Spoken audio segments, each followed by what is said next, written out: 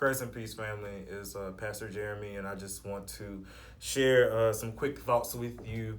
As you all know, I attended the great Bethune University. Get the flag over there, Jad. Thank you so much. Get Pastor Jad on the camera today. All right, bring it back to me. There you go. I appreciate you, Jad. But I attended the great Bethune University, and I had a lot of great mentors, folks who were ministers in UMC and attended Candler School of Theology as I went on to do. One of these in particular was the Reverend John Baldwin. And he was as close to what we would call a Christian mystic as you can get without really jumping into those waters, but he always seemed to know things. His office was always kind of sort of dim, and he just kind of had this way of knowing things. You know what I mean? So being in his office in itself was an experience.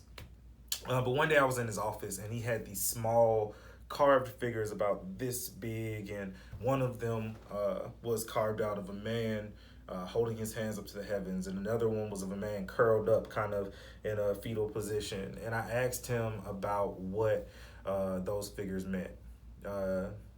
And he took them and he kind of put them forward on the desk, and he put them side by side, and he told me that God is both in the silence and in the noise, and that if we can only hear God in one, there's probably an issue.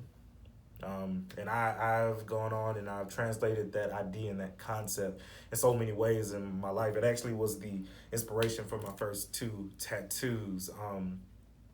It reminded me of this passage of First Kings. And this is First Kings chapter 19, verses 11 through 13. It says, "The Lord said, 'Go out and stand on the mountain in the presence of the Lord, for the Lord is about to pass by.'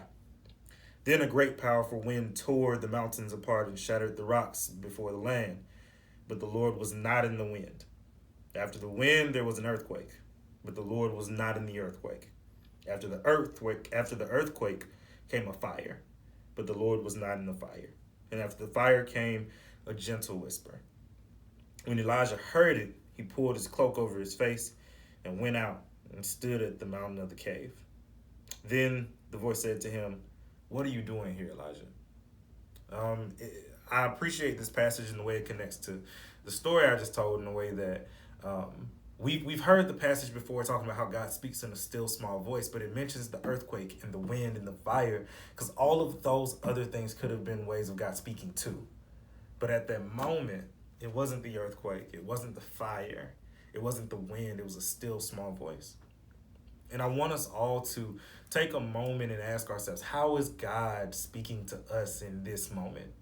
In a moment where we're called to acknowledge the beauty of God's creation as it exists in a spectrum, in a moment where we're experiencing some unrest at home. I think we're all called to stop and listen and to ask where we hear God speaking to us.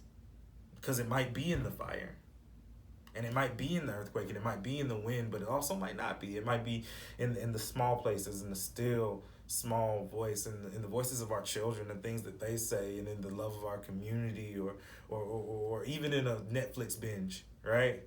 Something that you hear on a TV show, but it might be in those still small voices, in those unexpected places that God is speaking to you, that God is speaking to us. I hope you're blessed. I hope you have a great day. I love you, and I hope to see you soon. Blessings.